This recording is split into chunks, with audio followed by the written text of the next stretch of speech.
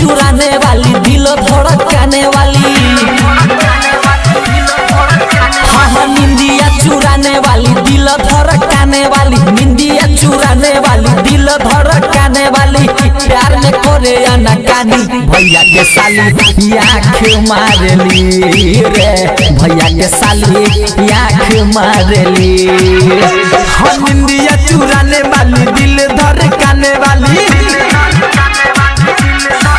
हरे निंदिया चुराने वाली, दिल धड़काने वाली, निंदिया चुराने वाली, दिल धड़काने वाली। प्यार में करे अनकानी, भैया के साली आँख मारली रे, भैया के साली आँख मारली। क्या नाम है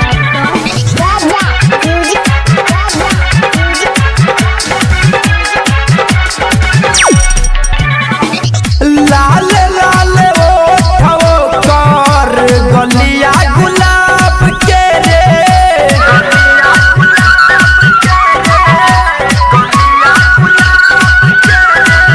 चलली चाल जैसे चले बेहिसाब रे, चलली चाल जैसे चले बेहिसाब रे। साइकिल चला के जाली, ओढ़नी उड़ा के जाली। हाँ हाँ साइकिल चला के जाली, ओढ़नी उड़ा के जाली, साइकिल चला के जाली, ओढ़नी उड़ा के जाली। देखी के हमें मुस्काली, भैया के साली आँख मारली रे, भैया के साली आँख मारली।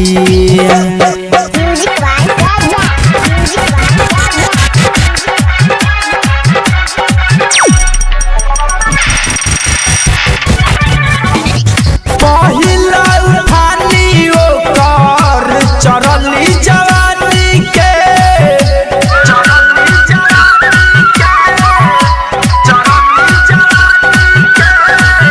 गाँव जब से आइल बारी बढ़ल पारसानी रे, गाँव जब से आइल बारी बढ़ल पारसानी रे। जब ई पास आली लागता कि मार डाली, हाँ हाँ जब ई पास आली लागता कि मार डाली, जब ई पास आली लागता कि मार डाले। पायल छनका के जब जाली, भैया के साली आँख मारली रे, भैया के साली आँख मारली। क्या नाम है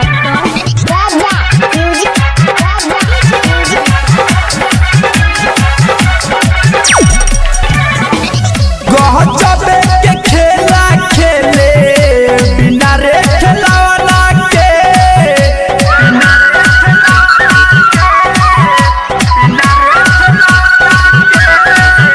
राइटर ललित मोरिया फोड़ले फुलवना के, राइटर रंजित रूपेश फोड़ले फुलवना के।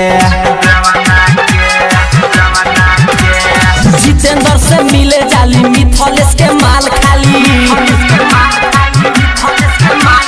जितेंद्र से मिले जाली, मिथलेश के माल खाली, जितेंद्र से मिले जाली, मिथलेश के माल खाली। घायल नागेंद्र से बुझाली, भैया के साली आँख मारली रे, भैया के साली आँख मारली।